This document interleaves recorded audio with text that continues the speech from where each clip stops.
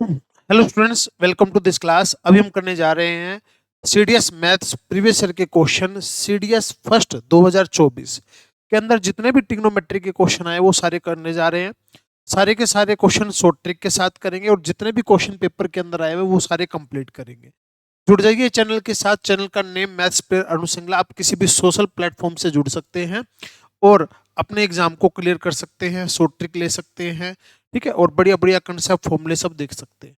ठीक है, तो पूरा सीडीएस का प्रीवाई क्यू सोल्व करेंगे। एनडी का कर चुके हैं, पहले एयरफोर्स का कर चुके हैं, सीए फाउंडेशन का कर चुके हैं, सारे पीवाई क्यू सोल्व कर चुके हैं। तो अभी हम करने जा रहे हैं सीडीएस का पेपर फर्स्ट 2024 के सारे पीवाई क्यू ट्रिग्नोमेट्री।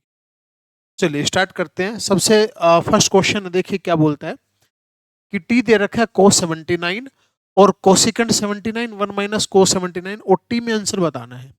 ठीक है, और cos 79 क्या दे रखा है, टी दे रखा है। अभी बताइए जो कोसिकेंट है, कोसिकेंट है और अपने को चेंज किस में करना है, कोस में चेंज करना है। तो कोसिकेंट 79 को क्या लिख सकते हैं, 1/79 और 1 माइनस cos 79 को तो टी लिख ही दिया। ठीक है, अब इसको क्या लिख सकते हैं, इसको लिख सकते हैं रूट 1 माइनस में कोस स्क्वायर 79 और ये है 1 माइनस टी। अब कोस 79 तो टी है ही, तो ये कितना आ गया, ये आ गया 1 माइनस टी और मल्टीप्लाई क्या है 1 माइनस टी। अब इसके बना रहे हैं फैक्टर, 1 माइनस टी इसके है ना, इसके फैक्टर बना रहे हैं। तो इसके फैक्टर क्या बनेंगे, एक तो बनेगा रूट 1 प्लस टी और एक बनेगा 1 माइनस टी और ये 1 माइनस टी है। तो एक पावर से तो एक पावर कैंसिल होगी, एक पावर से एक पावर कैंसिल हो गई, तो बचा क्या, ऊपर 1 माइनस टी नीचे 1 प्लस टी, ऊपर 1 माइनस टी नीचे 1 प्लस टी। तो ये आपके क्वेश्चन का आंसर आ गया, डी आंसर आ गया।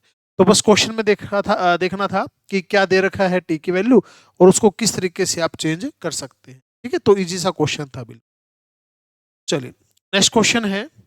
इसके अंदर बोल रखा है कि x cos थीटा है, x square plus p has a real solution every theta और which one of the following is correct. तो p की वैल्यू आपको बतानी है क्या आएगी, p की वैल्यू है जो बतानी है क्या आएगी। अब ये बताइए x square minus x cos theta plus में p इक्वल टू 0 हो गया और इसके रियल सॉल्यूशन है। रियल सॉल्यूशन का मतलब जो d है वो क्या है, ग्रेटर देन इक्वल टू 0 है।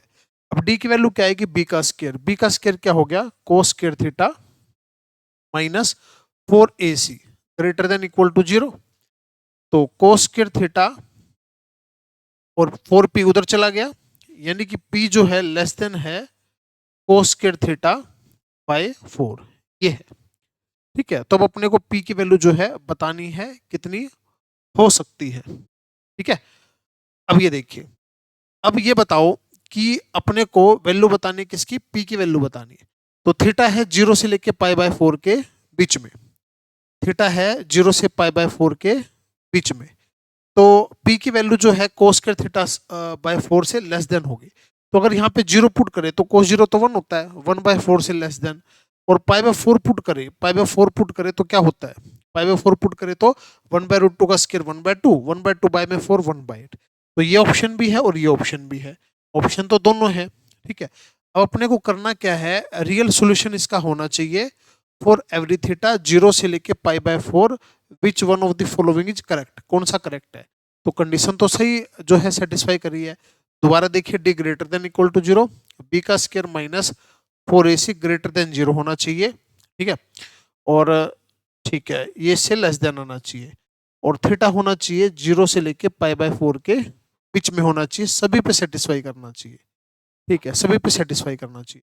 अब एक चीज बताइए, अब इसका आंसर क्या आ रहा है, इसका आंसर आ रहा है अगर हम 0 पुट करते हैं, 0 पुट करते हैं तो ये हो रहा है 1/4 और अगर π/4 पुट करते हैं तो ये हो रहा है 1/8।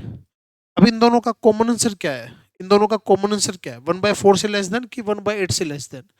देखो अब नंबर लाइन हो गई तो ये 0 हो गया, पहले 1/8 आएगा कि 1/4 आएगा, इधर 1 अच्छा पॉजिटिव में ना, ये 1/8 आएगा और ये 1/4 आएगा। तो ये कह रहा है 1/8 से लेस देन और 1/4 से लेस देन। तो कॉमन आंसर क्या हुआ, कॉमन आंसर हुआ 1/8 से लेस देन, ये आंसर आ गया। आंसर में तो ऑप्शन में तो दोनों दे रखे हैं, लेकिन जो कॉमन आंसर आया ना दोनों का, वो आपका आंसर हो गया। ठीक है, तो थोड़ा सा ये चीज इसके अंदर अलग थी जो अपने को देखनी थी। ठीक है, चलिए नेक्स्ट क्वेश्चन है अभी। नेक्स्ट क्वेश्चन इसके अंदर बोलता है what is the difference between the greatest value and the least value of. इन दोनों की ग्रेटेस्ट और स्मॉल वैल्यू के अंदर डिफरेंस बताना है। तो क्या वैल्यू है कोस square theta plus 3 sine square theta plus में 2। तो एक काम करते हैं, इसको इसको जो है क्या लिख लेते हैं, 1 माइनस साइन स्क्वायर थीटा लिख लेते हैं, ताकि ये एक ही फंक्शन के अंदर चेंज हो जाए, या तो सारे साइन आ जाए या सारे कोस आ जाए। तो ये बन गया 1 और 2 3 प्लस 2 साइन स्क्वायर थीटा।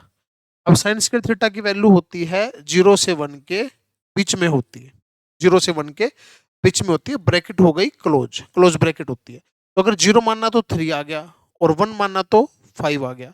तो ग्रेटेस्ट और स्मॉलेस्ट वैल्यू के बीच में डिफरेंस कितना आ गया, डिफरेंस आ गया आपका 2 का, 2 का डिफरेंस आ गया, क्योंकि ग्रेटेस्ट वैल्यू तो 5 आ गई और जो लिस्ट वैल्यू है वो कितनी आ गई 3, दोनों का डिफरेंस कितना आ गया 2 आ गया। ठीक है, बिल्कुल इजी क्वेश्चन था। चलिए नेक्स्ट क्वेश्चन है अब 3 sine theta plus 5 cos theta 5 दे रखा है और आपको 5 साइन थीटा और माइनस 3 कोस थीटा की वैल्यू बतानी है। बहुत ही आसान क्वेश्चन है। कैसे, अगर ध्यान से देखेंगे, अगर हम थीटा को 0 पुट करते हैं तो 5 आ रहा है कि नहीं आ रहा। थीटा को अगर 0 पुट करते हैं इसके अंदर 5 आ रहा है कि नहीं आ रहा, बिल्कुल आ रहा है। तो यहाँ पे थीटा को 0 पुट करेंगे तो आंसर क्या आ रहा है, माइनस का 3 आ रहा है। तो बिल्कुल आराम से क्वेश्चन सेकंडों के अंदर हो गया और कोई इसके अंदर कुछ कंसेप्ट वगैरह लगाने की जरूरत नहीं है, क्योंकि 5 दे रखा है, 5 तो 0 पुट करके ही आएगा और 0 पुट करके माइनस 3 आ गया, ये आंसर आ गया, बस सिंपल सा क्वेश्चन है। चलिए नेक्स्ट क्वेश्चन है, नेक्स्ट क्वेश्चन है इसके बाद कि इसकी मिनिमम वैल्यू बतानी है, इसकी सारे की मिनिमम वैल्यू बतानी है। तो एक काम करते हैं, साइन ए से डिवाइड कर लेते हैं इसको पहले। तो साइन ए से डिवाइड करा तो ये बचा साइन ए, ये बचा 5 और ये बचा 1 बाय साइन ए, ये बचा।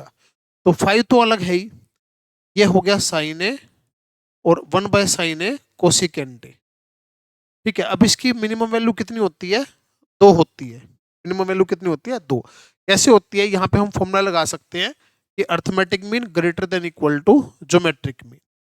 तो sine A plus cosecant A divide by 2 greater than, इनका ज्योमेट्रिक मीन करोगे, मल्टीप्लाई करके रूट करोगे तो 1 आएगा, 2 उधर जाके मल्टीप्लाई हो गया, इसकी मिनिमम वैल्यू 2 आ गई, 2 और 5 5 और 2 7। तो इसकी मिनिमम वैल्यू कितनी आ गई 7। तो 7 इसका आंसर आ गया। छोटा सा कंसेप्ट, छोटी सी ट्रिक इसके अंदर लगी है, ये चीजें आपको ध्यान रखनी है। ठीक है, इस तरीके से अपने को सारे का सारे क्वेश्चन जो है करेंगे। बहुत ही जल्दी प्ले स्टोर के ऊपर ऐप है, आपको कोर्स भी अवेलेबल हो जाएगा सीडीएस मैथ के लिए, तो आप वहां भी ज्वाइन कर सकते हैं। चलिए नेक्स्ट है, अब ये बताओ टेंजेंट और कोटेंजेंट सेम है, कब सेम हो सकता है, जब इन दोनों का सम कितना हो 90 डिग्री हो, इन दोनों का सम 90 डिग्री हो। तो 4a minus 22 equal to 90, 4a equal to 112 और a इक्वल टू 28 डिग्री। तो a की वैल्यू, एंगल की वैल्यू क्या आ गई 28 डिग्री आ गई। कंसेप्ट क्लियर होने चाहिए और इस क्वेश्चन के अंदर कुछ भी नहीं है। ठीक है, चलिए नेक्स्ट क्वेश्चन है, इसके अंदर आपको ये दे रखा है और p प्लस क्यू बताना है। क्या बताना है, p प्लस क्यू की वैल्यू बतानी। एक काम करो कि थीटा पुट कर दो, थीटा क्या पुट करे, जो मन करे, पाई बाय 4 पुट कर दो।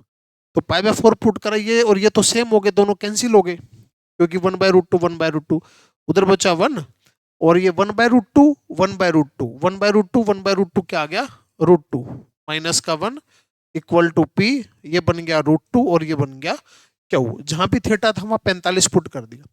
तो जब इसको रेशनलाइज करते हैं तो ये आएगा, इसको रेशनलाइज करेंगे तो p की वैल्यू 1 और q की वैल्यू 1, और क्वेश्चन में p प्लस क्यू पूछा है, 1 + 1 का आंसर आ गया 2, 1 + 1 का आंसर आ गया 2।